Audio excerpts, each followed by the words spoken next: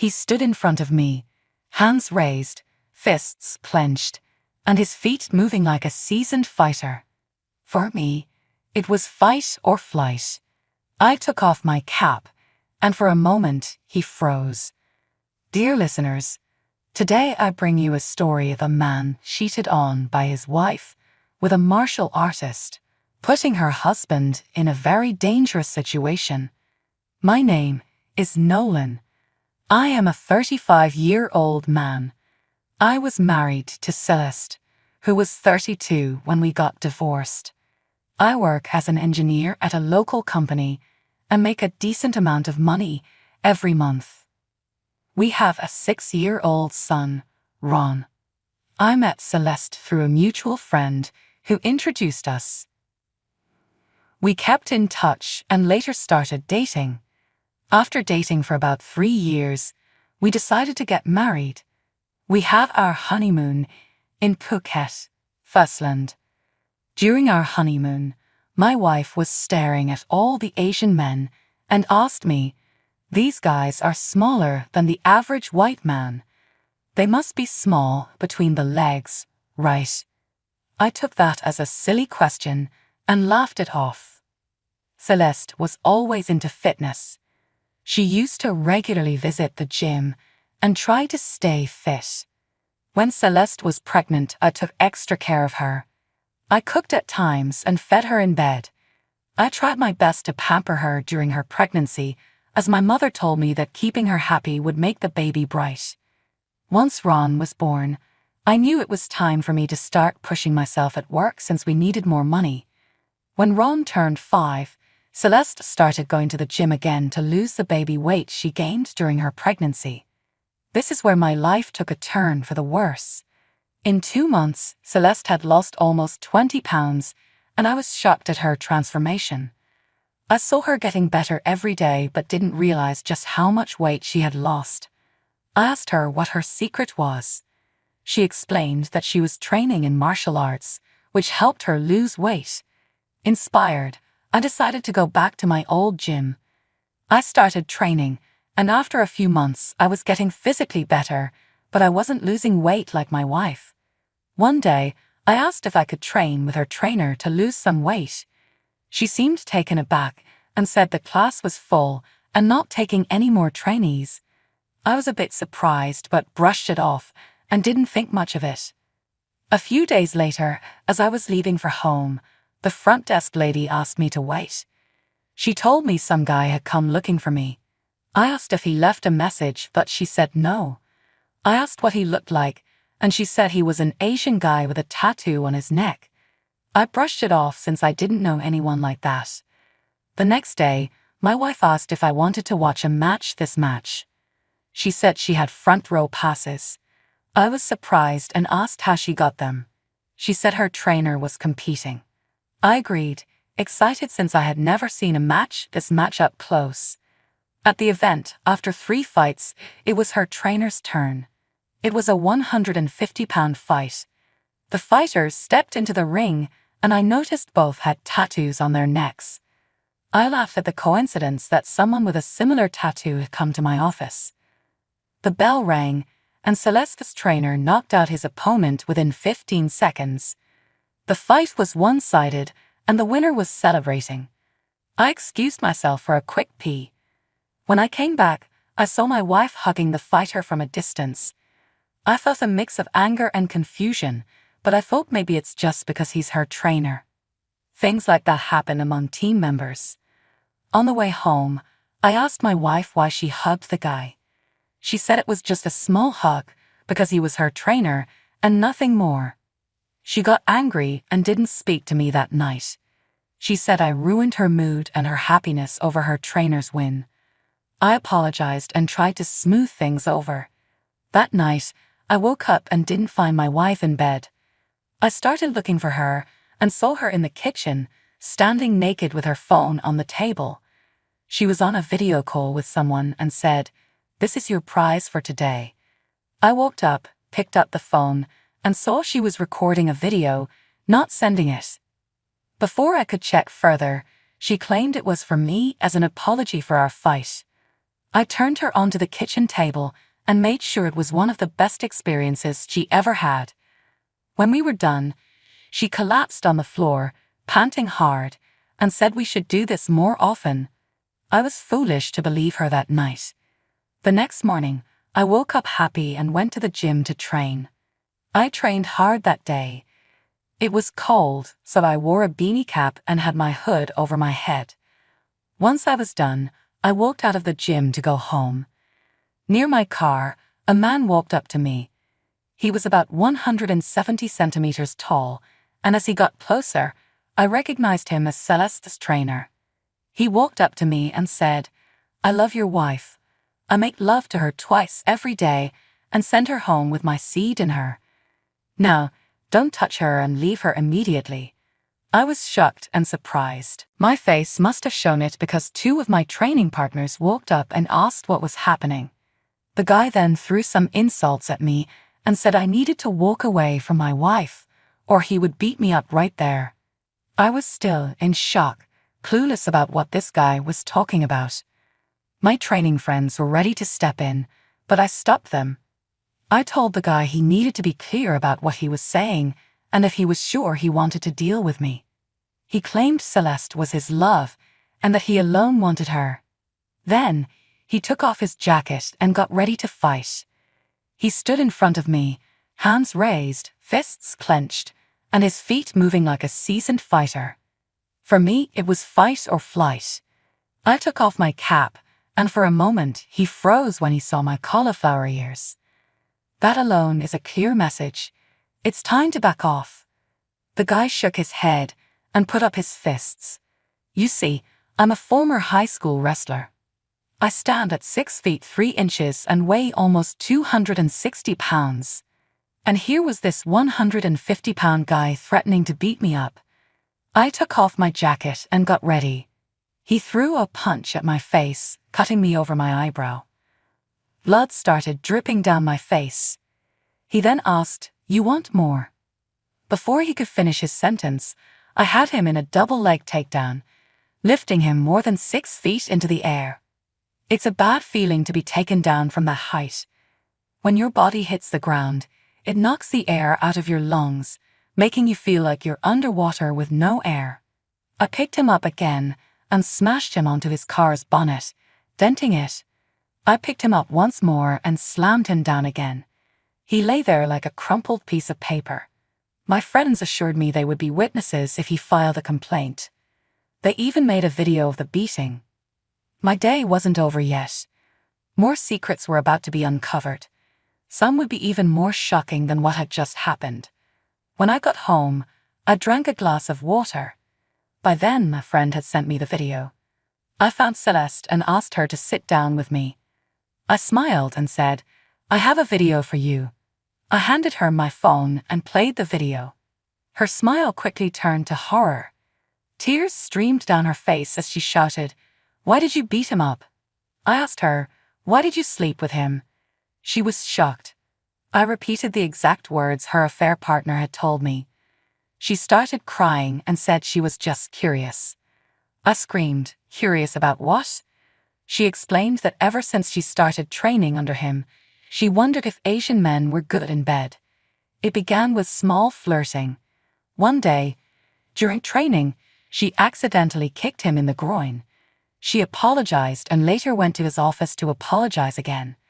There, he flirted with her and showed her where she had kicked him. She claimed she didn't know what happened next, but soon she was having sex with him. This had been going on ever since. She insisted that she loves me and that I am her only true love. She asked me to think of this incident as just casual sex with a random guy and not to think too much into it. She said that since there was no love involved, just physical attraction, it could be overlooked. I was silent for a moment, then called her mother. I told her everything, and by then, Celeste started screaming at me. Her mother began crying on the other end, and I hung up. Celeste then shouted, "Why did you tell my mother?" I replied, "Just think of it as me telling her a joke." I sat down, silent, while Celeste kept screaming. It felt like the world went quiet. I could see her animated, but I couldn't hear her. After a few seconds, I regained my senses and told Celeste to get out, talk to a lawyer, and start the negotiations. She dropped to her knees and pleaded, "Think of our son. You'll ruin his life if we get divorced." I smiled and said, "That's a very valid point. I wonder if you thought about our son when you were screwing that fighter." I continued, "I hope the sex was good and you remember every climax because I'll be sending a written complaint to his gym." I added, "He'll be jobless. Maybe he'll go back to Thistland, or better yet, if he loves you, he'll take you with him." I concluded, "Now pack your bags and get out of my house." She kept crying as I left the house, saying, "Don't wake my son and be gone by the time I get back." I called my mother-in-law and told her everything, including that I would be divorcing her daughter. When I returned, I saw Celeste leaving with her mother. Inside, my son was still sleeping. I felt a deep sadness knowing he would now have to deal with the trauma of a broken home. I started to cry and curled up on the floor near his bed. The next morning, I met with a lawyer and explained everything, sharing the video as well. He was surprised by the events but assured me he would do everything possible to secure my son's custody. He also advised me to send a complaint to the gym where Celeste trained. I sent the email, and they eventually fired her trainer, who also lost his fight contracts with his promotions. The video of me beating him up went viral in underground circles. I never spoke to Celeste again. The aftermath was devastating. The court awarded custody of my child to Celeste. I was heartbroken and had to give up my house to her. On top of that, I have to pay child support every month. Celeste's curiosity ruined my life and my bank account. I want to leave the city and start fresh, but I'm stuck because I want to see my son. I can't imagine my life without him. It's also painful to have to deal with Celeste every now and then. I don't know what to do. I can't think of any new relationships because my mind is still clouded by recent events. This is my life now. I guess not every story has a happy ending. I stared at my phone in disbelief, the words on the screen blurring as my vision clouded with tears. It was a simple text message, but one that shattered the foundation of my life with 3 brutal words: "I want a divorce." Trent's message continued, each sentence like a dagger to my heart. "I've been having an affair with Lila, and I'm leaving you to be with her. It's over between us." My hands trembled as I clutched the phone, a maelstrom of emotions raging within me.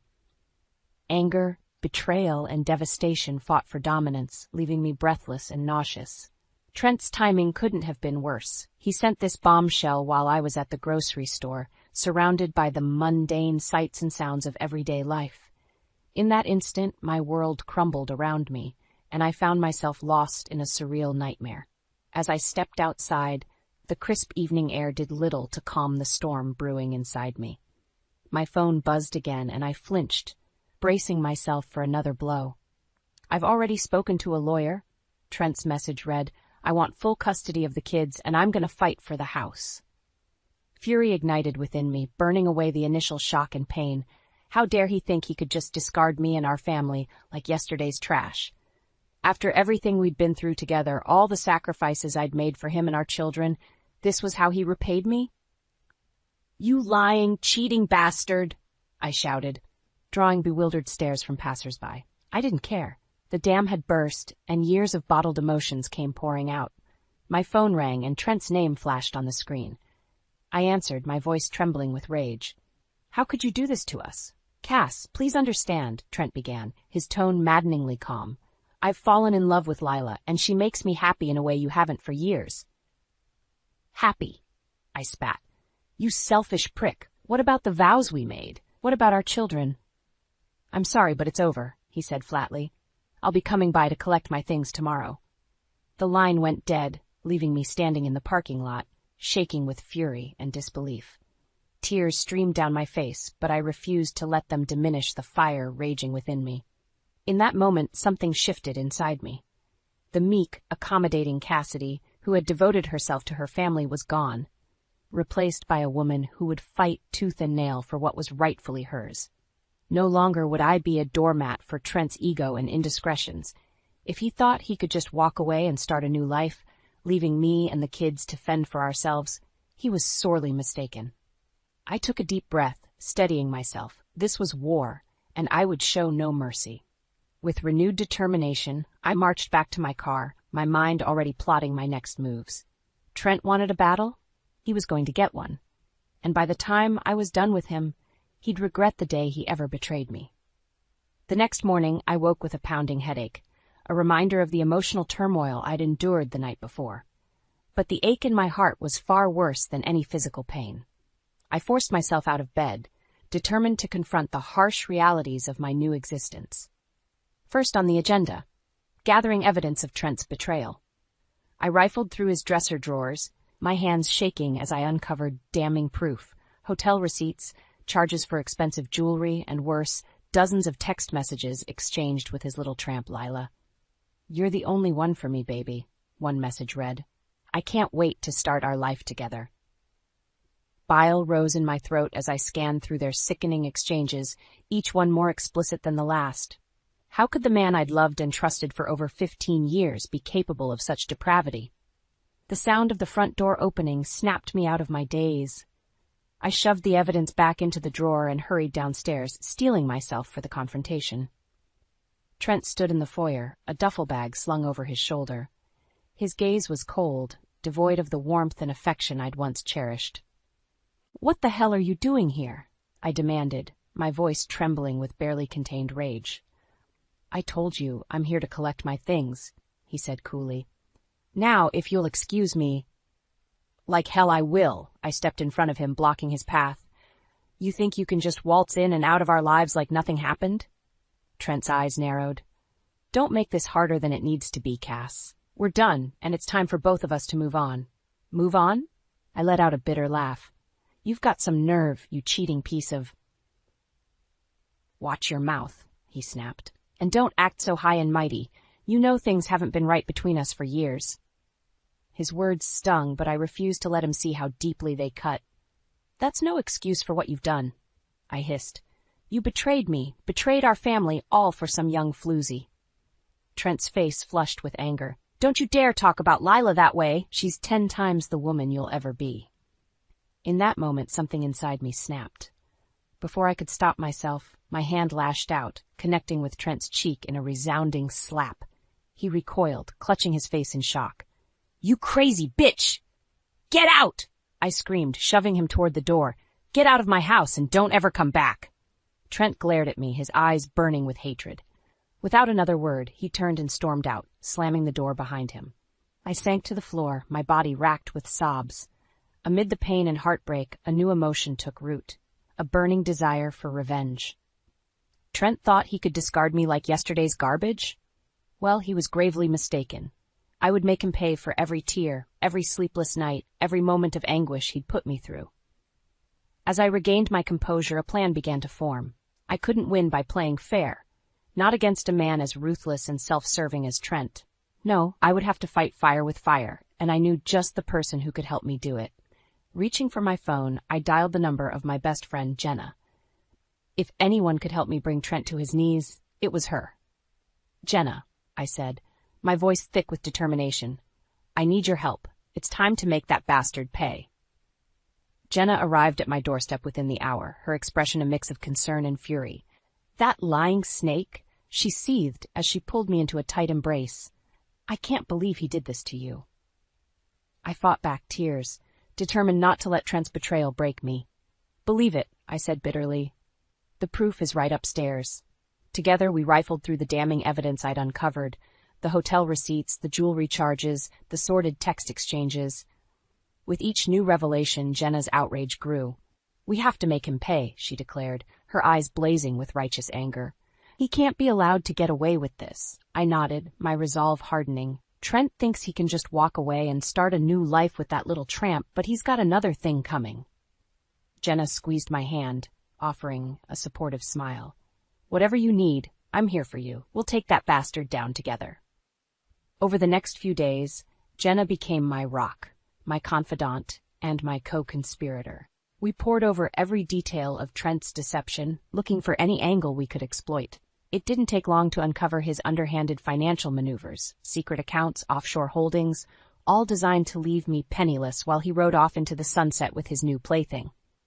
That deceitful son of a bitch, Jenna snarled as we pieced together the paper trail. He's been planning this for months, maybe years. Well, his little scheme ends now, I said, my voice steely with determination. I won't let him take everything I've worked for. With Jenna's help, I began gathering ammunition, records, bank statements, anything that could be used as evidence against Trent. We would hit him where it hurt, his bank account and his precious reputation. As the days passed, I could feel a remarkable shift taking place within me. The meek, downtrodden woman I'd been was fading away, replaced by a fierce, unstoppable force driven by a thirst for justice. Gone were the self-doubts and insecurities that had plagued me for so long. In their place was a newfound confidence, a belief in my own strength and resilience. I started taking better care of myself, hitting the gym and revamping my wardrobe. With each passing day, I felt more powerful, more in control of my destiny. Jenna noticed the change, too. "Look at you," she remarked one afternoon, a proud grin spreading across her face. "You're like a phoenix rising from the ashes." I flashed her a sly smile. "You ain't seen nothing yet. By the time I'm done with Trent, he'll be the one reduced to ashes." Trent had made the mistake of underestimating me, of thinking I would simply roll over and accept his betrayal. Well, he was about to learn just how wrong he was. As I pored over the mounting evidence, plotting my next move, a delicious sense of anticipation washed over me. The game was afoot, and I was playing for keeps. Trent wanted a war. He was going to get one, and by the time the smoke cleared, he would rue the day he ever crossed Cassidy Monroe. A week had passed since Trent's abrupt departure, and I was ready to strike. Jenna and I had gathered enough evidence to bury him 10 times over, but I wanted the satisfaction of seeing the fear in his eyes when he realized his carefully laid plans were unraveling. I arranged for us to meet at a neutral location, a quiet cafe in the city where we used to love grabbing Sunday brunch. The sight of it twisted my gut, but I refused to let Trent take that from me, too. He arrived exactly at noon, his expression a mixture of confusion and thinly veiled arrogance. "Cass," he said coolly as he slid into the booth across from me. "This is a surprise." I met his gaze, my own eyes steely with resolve. "Cut the crap, Trent. You know exactly why I asked you here." His bravado faltered for just a moment before the smug mask slipped back into place. "If this is about the divorce, I thought I made myself clear. This is about a lot more than that," I interrupted, sliding a thick manila envelope across the table. "Why don't you take a look inside?" Trent eyed the envelope warily, but his curiosity got the better of him.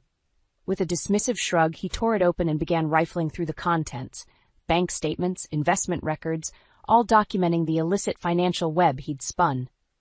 His face paled as the realization set in. "Where did you get these?" he hissed, his eyes darting around the cafe. "That's not important," I said coolly. "What matters is that I know everything, the secret accounts, the offshore holdings, all of it." Trent's hands trembled with barely contained rage. "You conniving little—" "I'd watch my tone if I were you," I warned, reveling in his discomfort, "unless you want all of this finding its way into the hands of the IRS and your precious Lila." His eyes widened at the mention of her name. "You wouldn't dare." A slow, vindictive smile spread across my face. "Try me." For several tense moments we stared each other down, the air thick with animosity and unspoken threats. Finally, Trent broke the silence. "What do you want?" he growled, his arrogance crumbling beneath the weight of his exposure. "What do I want?" I echoed, leaning back in my seat. "I want you to suffer. I want you to experience the same fear, the same humiliation, the same utter despair that you've put me through." His eyes narrowed. "You're delusional if you think—" "I'm not finished," I snapped, cutting him off. "I want full custody of the kids, and I want the house. Every last dime you've stashed away is going into a trust for them, one you'll never be able to touch." Trent's face contorted with rage. "You can't do this to me." "I can, and I will," I said, rising from my seat. "Consider this your one and only warning, Trent. Play ball, or I'll make sure you lose everything. Your money, your career, your precious Lila. The choice is yours." With that, I turned on my heel and strode out of the cafe, leaving Trent to stew in the ruins of his shattered plans. A delicious sense of satisfaction washed over me. The game was on, and for once I was in control. As I stepped into the sunlight, Jenna fell into stride beside me, a proud grin on her face. "You were amazing in there," she gushed. "Did you see the look on his face?" I allowed myself a small, victorious smile. "Just the first of many," I assured her. "Trent hasn't seen anything yet." The battle lines had been drawn, and I was just getting started. Trent thought he could outsmart me, could discard me and ride off into the sunset with his little plaything. Well, he was about to learn a very painful lesson. You never underestimate a woman scorned. In the days following my confrontation with Trent, a strange sense of calm settled over me. For the first time in weeks, I felt in control of my life, no longer a helpless victim, but a woman taking back her power. Trent had gone into hiding, no doubt licking his wounds and plotting his next move. But I wasn't worried. The ball was in my court now, and I had no intention of playing by his rules. It was during this period of quiet that an unexpected ally emerged. Lila herself. The cheery ring of my doorbell one afternoon heralded her arrival, and I must admit I was taken aback by her presence on my doorstep. "Lila," I said, fighting to keep my voice even. "What a surprise." She offered me a hesitant smile, her eyes clouded with uncertainty. "I know this is awkward, but I was hoping we could talk." Against my better judgment, I stepped aside to let her in. Whatever her game, I was curious to see it play out. We settled in the living room, an uneasy silence stretching between us. Finally, Lila spoke up. I saw Trent the other day," she began, her voice small. He was a mess." I arched an eyebrow, intrigued. "Do tell." Lila Worryline creased her brow. "He kept ranting about you, about some kind of evidence you had. Cass, what's going on?" For a moment, I debated how much to reveal, but something in Lila's wide, guileless eyes told me she was just as much a victim of Trent's lies as I was. And so I told her everything, the affair, the financial deception, my plans for vengeance. As the sordid tale tumbled out, I watched Lila's expression shift from confusion, outrage. "That lying son of a bitch," she spat when I'd finished, her hands clenched into tight fists. "He told me. He said he was going to divorce you, that we could finally be together without any secrets." I couldn't help but bark out a bitter laugh. Looks like Trent was playing us both for fools. Tears glistened in Lila's eyes, but they were born of anger rather than sorrow. "What are you going to do?" A slow, vindictive smile spread across my face. "I'm going to burn his entire world to the ground, and I could use a partner in crime." Lila's eyes widened, but she didn't recoil from the implied offer. If anything, her gaze grew more determined. "I'm in," she said, her voice trembling but resolute.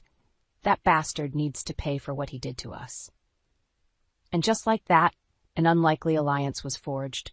Two women, once pitted against each other, now united in their quest to take down the man who had betrayed them both. Over the next few days, Lila and I pored over every shred of evidence, every damning document, crafting a meticulous plan to completely dismantle Trent's life. We would strike at his finances, his reputation, his very way of life. No stone would be left unturned.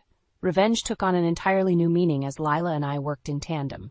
What I lacked in knowledge of Trent's personal life, she more than made up for, and what she couldn't provide in terms of resources, I gladly supplied.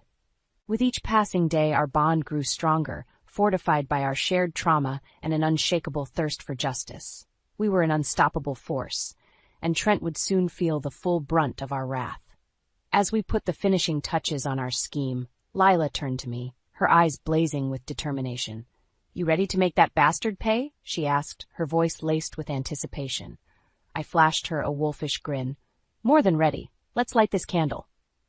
Trent's downfall was all but assured.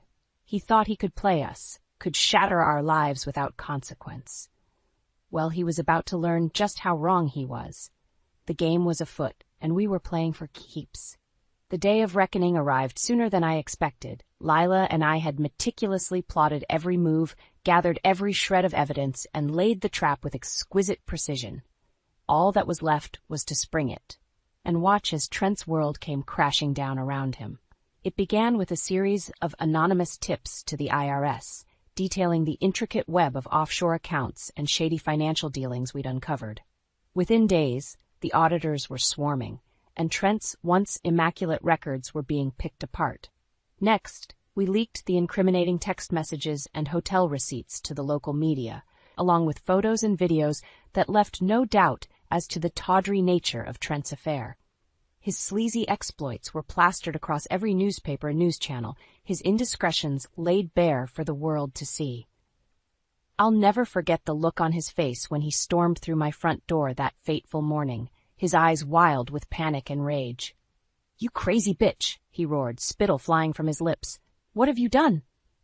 I rose from the couch, unfazed by his outburst. "Me? I haven't done anything, Trent. I'm just an innocent party in all of this." His gaze shifted to Lila, who stood beside me, her arms folded across her chest in defiant solidarity. "You," he snarled, rounding on her. "You did this, didn't you? You vindictive little—" "Watch your mouth," I warned, stepping between them. "Your quarrel is with me, not her." Trent's face contorted in an ugly sneer. "This isn't over, Cass. Not by a long shot. You think you've won, but I'm going to bury you. I'll take the kids, the house, everything." I wouldn't be so sure about that. The new voice belonged to my lawyer, Mr. Davidson, who strode into the room with a grim expression. "Mr. Davidson?" Trent sputtered, his bravado faltering. "What's going on here?" The lawyer fixed him with a withering stare. "What's going on, Mr. Monroe, is that your underhanded financial dealings have been brought to light. The IRS is already preparing charges of tax evasion and fraud, and that's just the tip of the iceberg." Trent's face drained of color. But my money is being seized as we speak," Mr. Davidson continued, relentless, "along with your assets, your property, and quite possibly your freedom." "You can't do this," Trent cried, panic lending a shrill edge to his voice. "I'll fight this. I swear to God." Mr. Davidson shook his head, his lips curling into a thin, humorless smile. "I'd save my energy if I were you, Mr. Monroe. The evidence against you is overwhelming, and it's only a matter of time before the other shoes drop."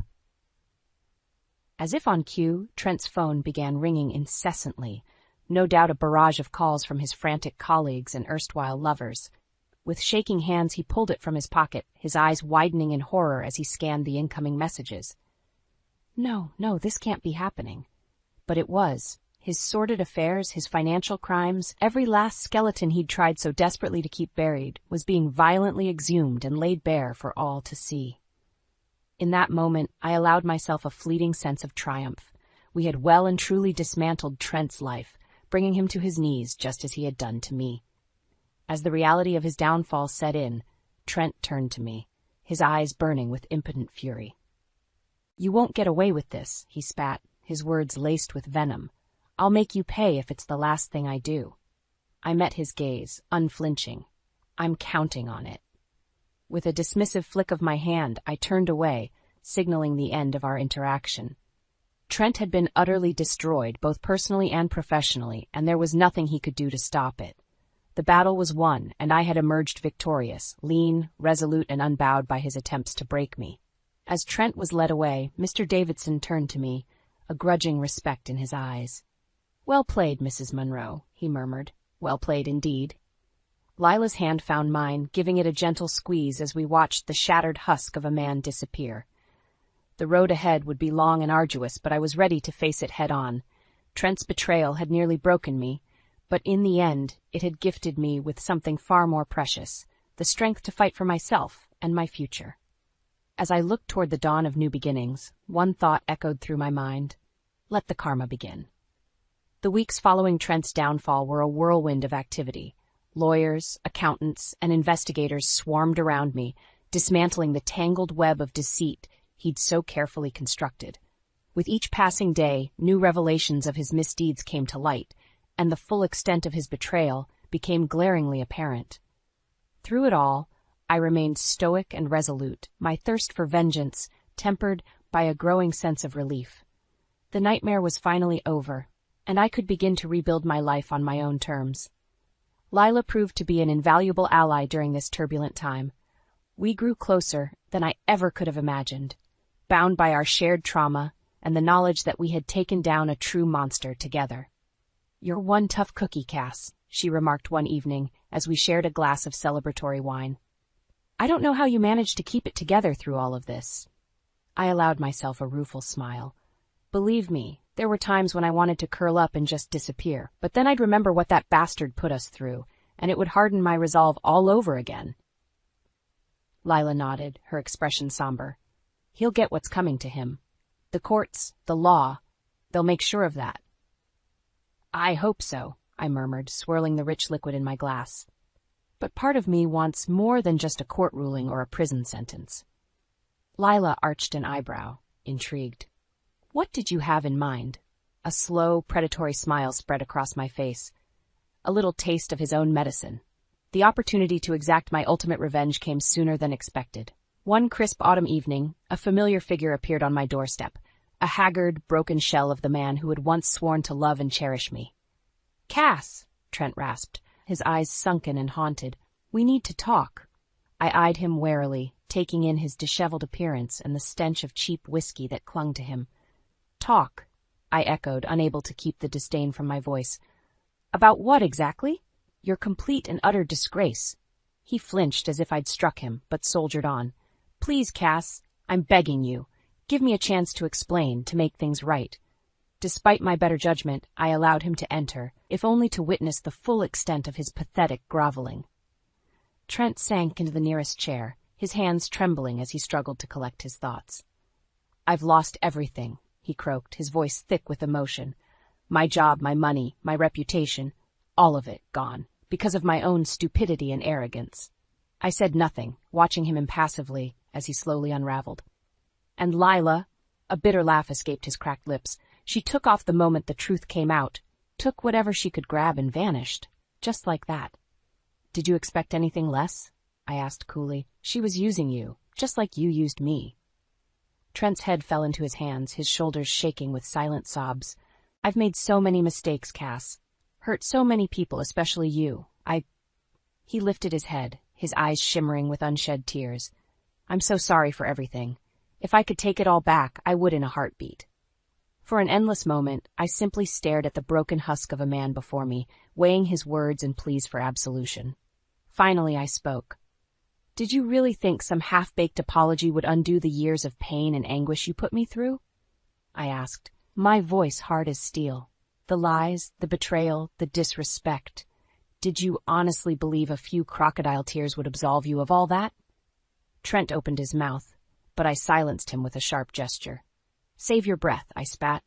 You made your choices, Trent, and now you're living with the consequences.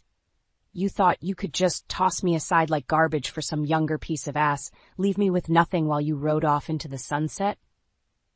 I rose from my seat, looming over his shriveled form with a cold, merciless glare.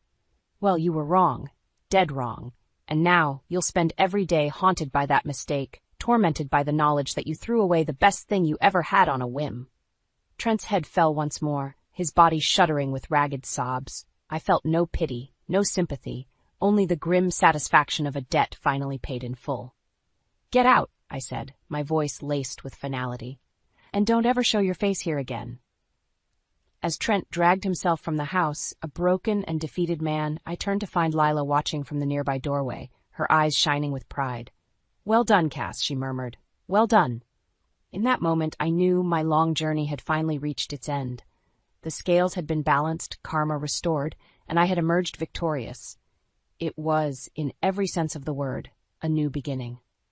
The weeks following Trent's pathetic attempt at reconciliation were a whirlwind of activity. With the legal matters finally resolved and my financial security assured, I found myself facing an unfamiliar sensation: freedom. For the first time in years, I was truly unshackled from the weight of Trent's betrayal and manipulation. The future stretched out before me, vast and full of possibility. Lila remained a constant presence during this period of transition, her unwavering support and friendship proving invaluable as I navigated the uncharted waters of my new life. You've come so far, Cass, she remarked one sunny afternoon as we strolled through the park near my home. Just look at you. You're practically glowing. I couldn't help but smile at her observation. It was true. The haunted, hollow-eyed woman I'd been in the depths of my turmoil seemed like a distant memory. I owe it all to you, you know, I said, giving her hand an affectionate squeeze. If it wasn't for your help, your courage, I might never have found the strength to take Trent down. Lila waved off the praise with a dismissive gesture. Don't sell yourself short. The fire was always there. I just helped fan the flames a little. Her words rang true. The past year had been a crucible, a trial by fire that had forged me into a stronger, more resilient version of myself. The insecurities and self-doubts that had once held me back were gone, replaced by an unshakable sense of confidence and self-worth. As we continued our stroll, I couldn't help but marvel at how far I'd come. From the depths of despair and betrayal to a life brimming with promise and possibility, it was almost too much to comprehend. So, what's next for the indomitable Cassidy Monroe? Lila asked, a teasing lilt to her voice. I considered her question for a moment, letting the warm spring breeze caress my face. I'm not sure, I admitted. For the first time in a long while, I don't have some grand plan or objective mapped out. I think I'd like to just live, you know? Enjoy this new lease on life, stop and smell the roses for a change. Lila's face split into a broad grin. Sounds like a plan to me. Just promise you won't become a complete hermit, okay? I need my partner in crime around to keep me on my toes. I laughed, the sound rich and uninhibited. Deal. As the weeks melted into months, I relished the simple joys that had once eluded me. Lazy Sunday mornings, impromptu girls' nights out with Leela and Jenna, quality time with my children. Each day was a gift, unburdened by the specter of Trent's lies and manipulation. Of course, there were moments when the past would creep up on me, uninvited flashes of pain and heartache that threatened to reopen old wounds. But I found solace in the knowledge that I had persevered, that I had taken my life back from the brink and emerged stronger than ever. Trent was little more than a ghost, a lingering shadow that grew fainter with each passing day. I refused to afford him any more power over me or my happiness. As for his ultimate fate, I cared little. Rumor had it he'd slunk off to parts unknown, his wealth and reputation in tatters. A part of me hoped he was suffering, dwelling in the pit of his own making, but the larger part simply didn't give a damn. He was a specter of the past, and I was too busy embracing my future to dwell on him any longer. With Lila by my side, I embarked on a new chapter, one filled with new adventures, new joys, and a newfound sense of liberation. The road ahead was unknown, but for the first time in ages, I greeted the uncertainty with open arms and a radiant smile. Wherever life took me, I knew one thing for certain. The specters of the past held no power over me. I was the master of my destiny, the author of my own story. And this time, I was writing one hell of an ending.